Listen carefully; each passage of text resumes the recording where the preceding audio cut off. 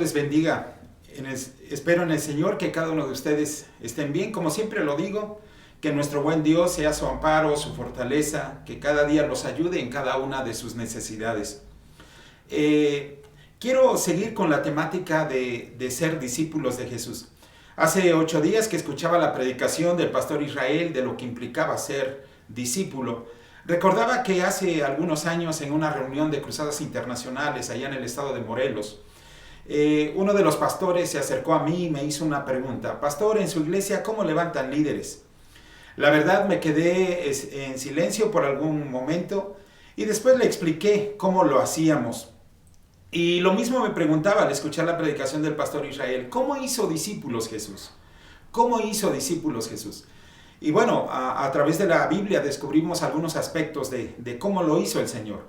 En primer lugar, yo quisiera preguntar, ¿qué es un discípulo?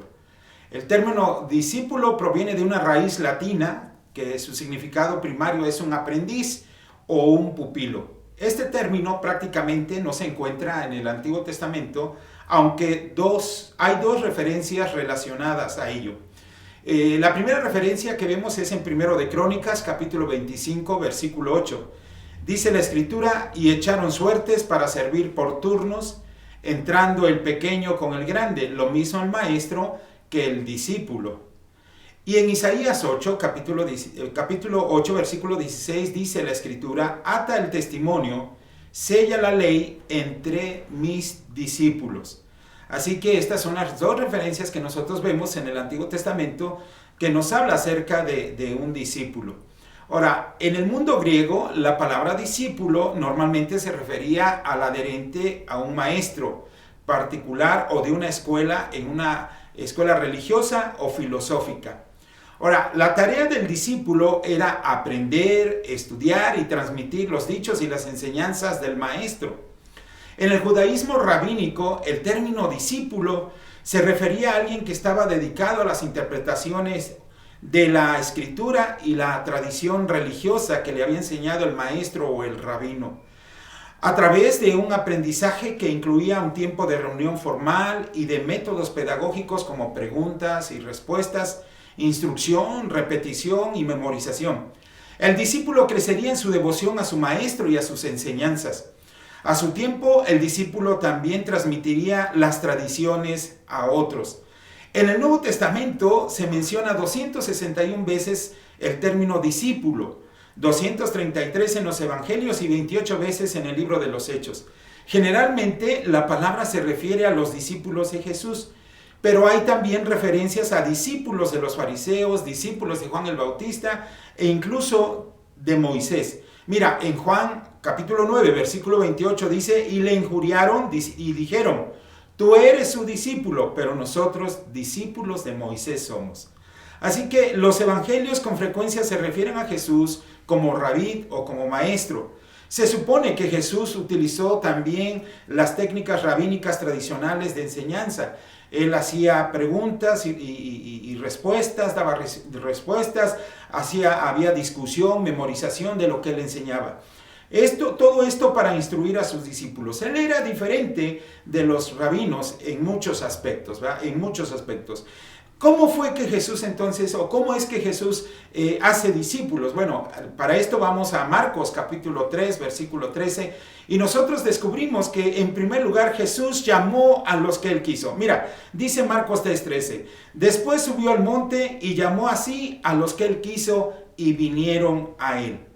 Normalmente los discípulos escogían a su maestro, pero en este caso con Jesús, él llama a los que él quiere. Yo me pongo a pensar, qué hermoso privilegio tuvieron sus discípulos que Jesús los haya escogido a ellos y no a ellos a él, para que fueran sus aprendices o sus discípulos. Ahora bien, él los escogió no porque fueran más preparados o fueran los mejores, no.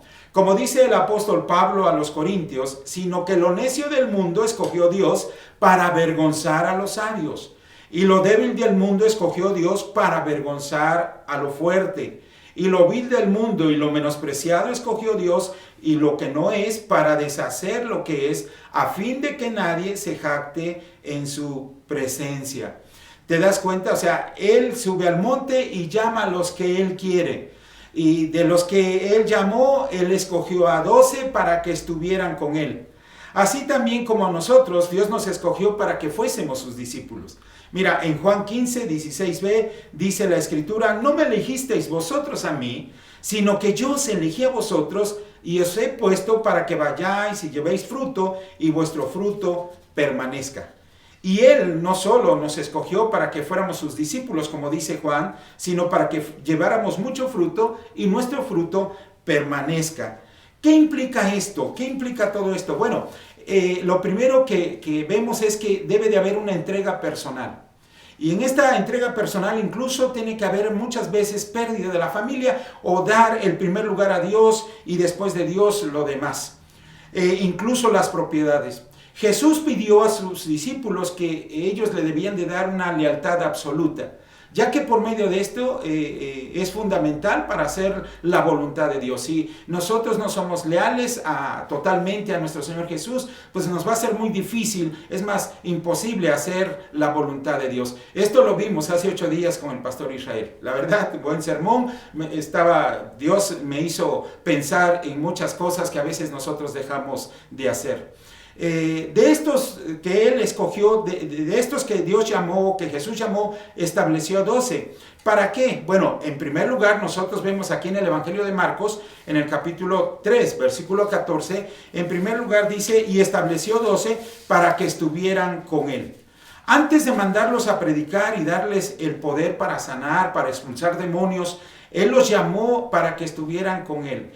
Y en primer lugar, yo veo a través de las Escrituras, ellos debían de estar con Jesús, estos discípulos debían de estar con Jesús porque debían de aprender sus enseñanzas. Y Él lo hizo de una manera didáctica. Y esto lo vemos en el Evangelio de Mateo, ahí en el Sermón del Monte, en el capítulo 5, versículo 1 y 2. Dice: viendo la multitud, subió al monte y sentándose vinieron a Él sus discípulos. Y abriendo su boca les enseñaba diciendo, y luego les enseña todo ahí en el Sermón del Monte, del capítulo 5 al capítulo 7. Entonces, mira, Jesús, ¿cómo hace discípulos Jesús? Bueno, Jesús escoge a los que Él quiere. En segundo lugar, les enseña de una manera didáctica. Y después no solamente les enseñaba de una manera didáctica, sino a través de las Escrituras veo que ellos debían de aprender también con el ejemplo de Jesús.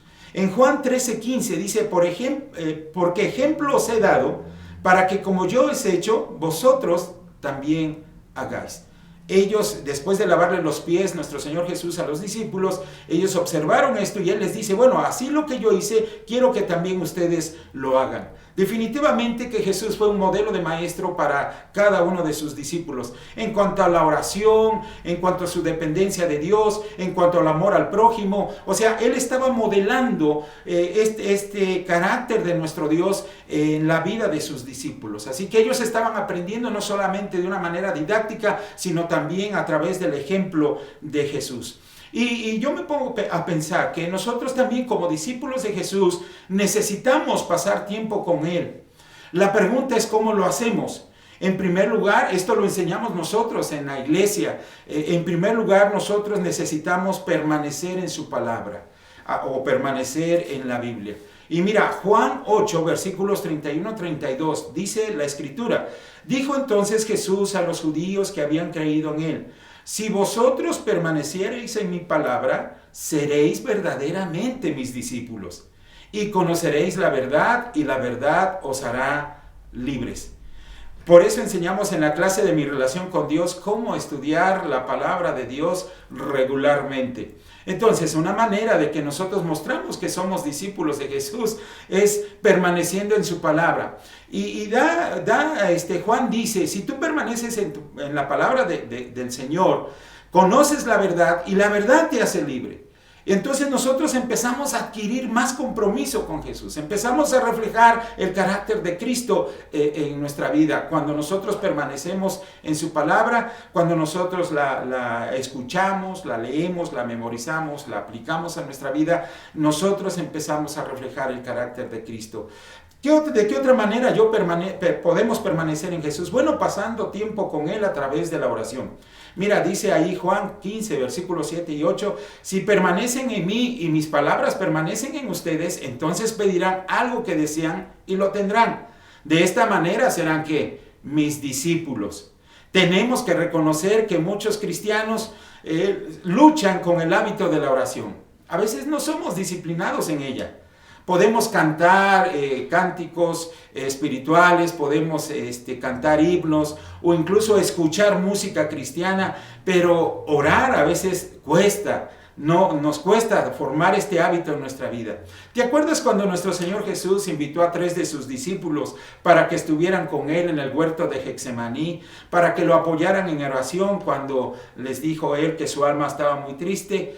Cuando Él va y se aparta de ellos, va a orar, está en comunión con su Padre, regresa de donde había ido a orar y los encuentra durmiendo. Y entonces Jesús les dijo, vino luego a sus discípulos y los halló durmiendo y dijo a Pedro, ¿así que no habéis podido velar conmigo una hora? Velad y orad para que no entréis en tentación. El espíritu a la verdad está dispuesto, pero la carne es débil. ¿De qué otra manera también nosotros estamos con Jesús, hermanos? Pasando tiempo a través del compañerismo cristiano. Ahí en Juan 13, versículo 35 dice, en esto conocerán todos que sois mis discípulos, si tuvierais amor los unos con los otros. Dice Juan que en esto nos van a conocer que somos discípulos de Jesús, si tenemos amor los unos con los otros. Así que cuando nosotros nos amamos, que esto es compañerismo, nosotros demostramos que somos discípulos de Jesús. Mira, de por sí en algunas iglesias cristianas, a veces, no quiero pensar en la mayoría, pero yo creo que en algunas iglesias cristianas a veces nosotros no tenemos mucho compañerismo cristiano. Y ahora con la pandemia se agudizó más esta situación. Desafortunadamente, si antes le era más difícil a una persona nueva llegar a las reuniones de nuestra iglesia y poder integrarse en ella, por varias razones, yo creo que ahora con la pandemia es un poquito más. ¿Y por qué digo que es un poquito más complicado que una persona nueva pueda integrarse a la iglesia?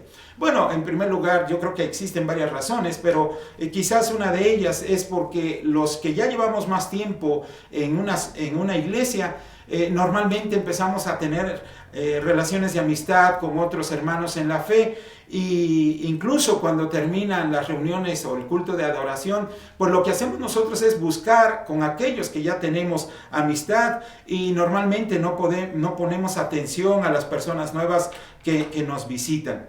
Recordaba una historia, recordaba varias historias, pero una de ellas es, en una ocasión, fíjate que uno de los hermanos en la iglesia, no somos una iglesia muy grande, no somos una iglesia grande, pero sucedió de esta manera. Un hermano venía para las reuniones o para el culto de adoración un día domingo, pero se le hacía tarde, entonces paró un taxi, abordó el taxi, el taxista le preguntó la dirección, hacia dónde lo llevaba, dijo, mira, pues voy a tal dirección.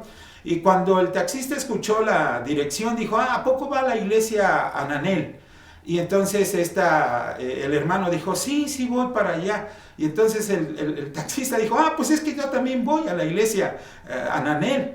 Y entonces ahí se presentaron, dieron su nombre, pero imagínate, no somos una iglesia grande y ellos no se conocían. Yo creo que a veces es la falta de interés, el de poder nosotros tener este compañerismo con los demás.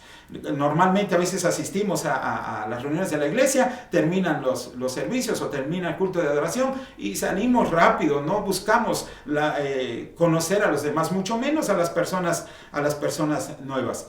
Recuerdo que la experiencia que tuvo un hermano en la fe, dice que él llegó a la reunión de la iglesia, entonces él se sentó en la parte de atrás y dice que terminó el culto de adoración a Dios y todos salieron, él también salió y nadie lo saludó.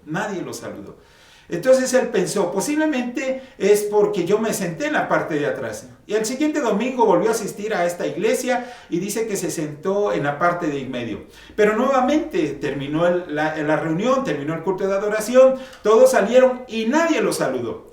Pero él no se desanimó, ¿verdad? No se dio por vencido. Dijo, el siguiente domingo voy a ir y ahora me voy a sentar en la parte de adelante, pero voy a hacer algo. Voy a comprarme un sombrero de charro y me lo voy a poner. Este hombre entonces el siguiente domingo fue a la iglesia, se sentó en la parte de adelante y se puso el sombrero charro. Cuando vieron los diáconos de esta iglesia que él estaba sentado con el sombrero puesto, se dirigieron a él y le dijeron, por favor, quítese el sombrero porque está en la casa de Dios. Entonces el hermano dijo, por fin alguien me habló.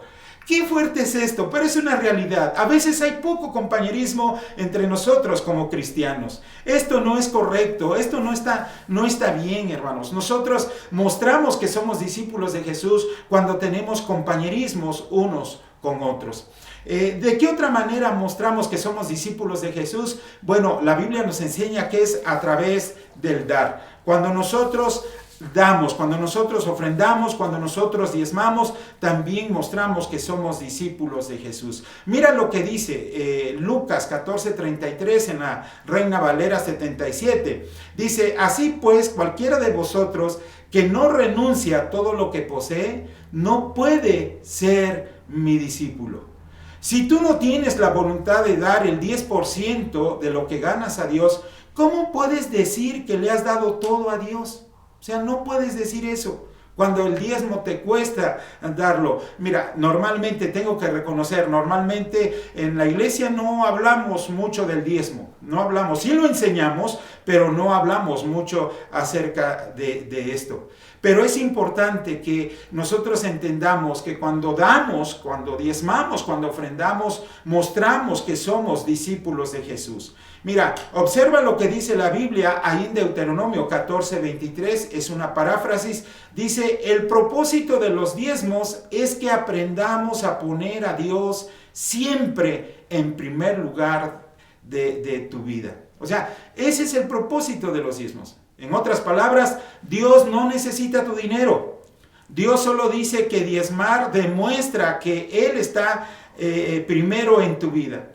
¿Cuál es la perspectiva apropiada según la Biblia con respecto a lo que estoy hablando? Bueno, cuando tú diezmas, cuando escribes tu diezmo en tu sobre, por decir, si ganas 100 pesos y le regresas 10 pesos a Dios, no es como si tú estuvieras dando el 10% de tu dinero a Dios. Escucha bien, de tu dinero a Dios. Más bien, si eres cristiano, es Dios quien te permite usar el 90% de su dinero. Porque no es tuyo, todo le pertenece a Dios. Dios te permite el 90% para que tú lo utilices. Por eso el Salmo 24, versículo 1 dice, de Jehová es la tierra y su plenitud, el mundo y los que en él habitan. Así que esta es la perspectiva que nosotros tenemos, la perspectiva bíblica con respecto al diezmo. Así que el dar muestra que Dios tiene el primer lugar en tu vida y que tú eres un discípulo de Él. ¿Y por qué recalco esto? Mira, porque en el Evangelio de Juan, en el capítulo 3, versículo 16, tú sabes quizás de memoria este texto. Dice, porque de tal manera amó Dios al mundo que ha dado. O sea, la naturaleza de Dios es dar. Y Dios da lo mejor. Entonces, cuando nosotros damos, pues eso muestra que yo estoy siguiendo a Jesús, que estoy siguiendo el ejemplo de nuestro Dios. Porque de tal manera amó Dios al mundo que ha dado a su Hijo unigénito, para que todo aquel que en él cree no se pierda, mas tenga que vida eterna. Ve la naturaleza de Dios. La naturaleza de Dios es dar, y dio lo mejor. Entonces, cuando nosotros damos, mostramos que somos seguidores de Jesús, mostramos que somos seguidores del Señor. A través de estos hábitos, lo que Jesús está buscando en cada uno de nosotros es transformar nuestra vida. Es que nosotros reflejemos el carácter de Cristo en nuestra vida. Cómo el Señor está interesado en que nosotros podamos crecer, no solamente en el conocimiento, sino también en la gracia del Señor, que podamos crecer en carácter. Dios está buscando eso en nosotros. Así como buscó a sus discípulos para que estuvieran con Él, nosotros también necesitamos pasar tiempo con nuestro Señor Jesucristo. Necesitamos pasar tiempo. Ese es el propósito de Dios, transformar nuestra vida, hacernos semejantes a su Hijo Jesucristo. Qué hermosa bendición que Dios nos llama para ser sus discípulos y para que estemos con Él. Aprendemos a través de sus enseñanzas de una manera didáctica, aprendemos de Él a través de su ejemplo y bueno, cada una de estos hábitos que nosotros o que yo acabo de mencionar, mostramos que somos seguidores de Jesús. Y dice la Escritura que después de esto, el Señor Jesús los envió a predicar. Dice Marcos 3, versículos 14c y versículo 15. Y dice, y para enviarlos a predicar, y que tuviesen autoridad para sanar enfermedades, para echar fuera demonios. Jesús envió a sus discípulos a predicar en todo tiempo y en todo lugar. Cuando nosotros leemos esto, quizás viene a nuestra mente Mateo capítulo 28, versículo 19, parte A, donde dice, por tanto, id y haced discípulos a todas las naciones. Así que Jesús llamó a sus discípulos para que estuvieran con Él, pero también los envió a predicar. ¿Dónde? En todo tiempo y en todo lugar. No esperemos que la gente venga a nosotros. Jesús dijo, vayan y hagan discípulos. A veces nosotros estamos esperando que las personas vengan a nosotros. No, dice Jesús, vayan ustedes y hagan discípulos. Él les dio autoridad, los empoderó para que pudieran sanar enfermedades, para echar fuera demonios. Así que la predicación iba acompañada de hechos portentosos para que las personas pudiesen creer en el Evangelio de nuestro Señor Jesucristo a través de nuestro testimonio. Fíjate, quiero concluir. Dios ya nos escogió para que fuésemos sus discípulos. Nosotros necesitamos pasar tiempo con Él a través de nuestra permanencia en su palabra, en la oración, en el compañerismo cristiano y también en nuestro dar, a través de nuestras ofrendas y nuestros diezmos. Nos prepara para que podamos salir y predicar de su evangelio, mientras Él manifiesta su poder a través de sus hechos portentosos en la vida de las personas. Y esto es un proceso. Esto requiere tiempo y también requiere paciencia. Sigamos el modelo de Jesús para ser discípulos.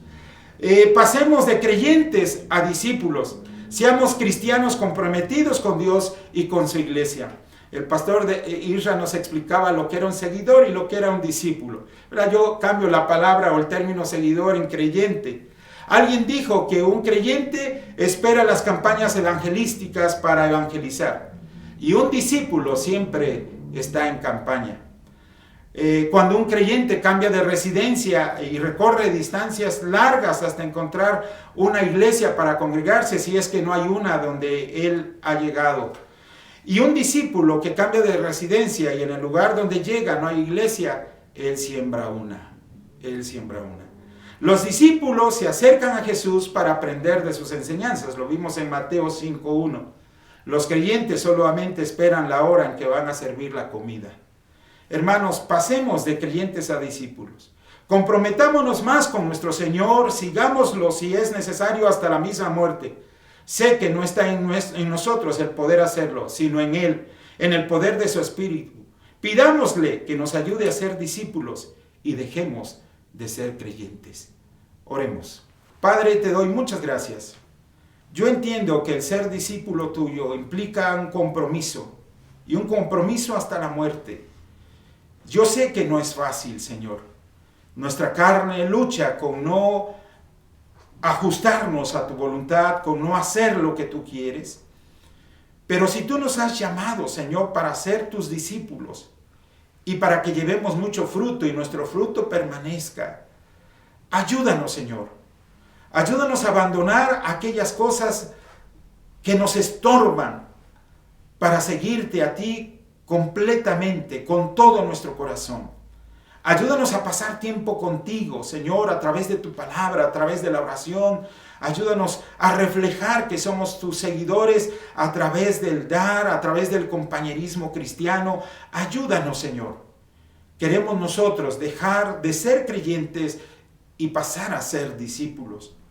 Que seamos aquellos que no esperamos una campaña evangelística para evangelizar, sino que siempre estemos evangelizando. Que nosotros seamos aquellos que si tenemos que cambiar de residencia por causa del trabajo o por alguna otra situación y en el lugar donde lleguemos no hay una iglesia, no busquemos una iglesia, no recorramos kilómetros para encontrar una, sino que ahí en el lugar donde estamos sembremos una. Señor, que seamos de aquellos que se acercan a ti para escuchar y aprender de tus enseñanzas, y no de aquellos que solamente esperan la hora en que van a servir la comida. Señor, ayúdanos. Ayúdanos, Señor, a dejar de ser creyentes y pasar a ser discípulos. Y si ya somos discípulos tuyos, si ya estamos en esta parte de ser discípulos tuyos, danos la fuerza, danos todo lo que necesitamos, Señor, para hacerte fieles a ti. Señor, gracias. Gracias por todos los que están viendo este video. Gracias por todos los que están escuchando esta predicación. Yo te ruego que los bendigas y los ayudes y los guardes en el hueco de tu mano. Ayúdanos a ser discípulos. Te lo ruego en el nombre de Jesús. Amén, Señor.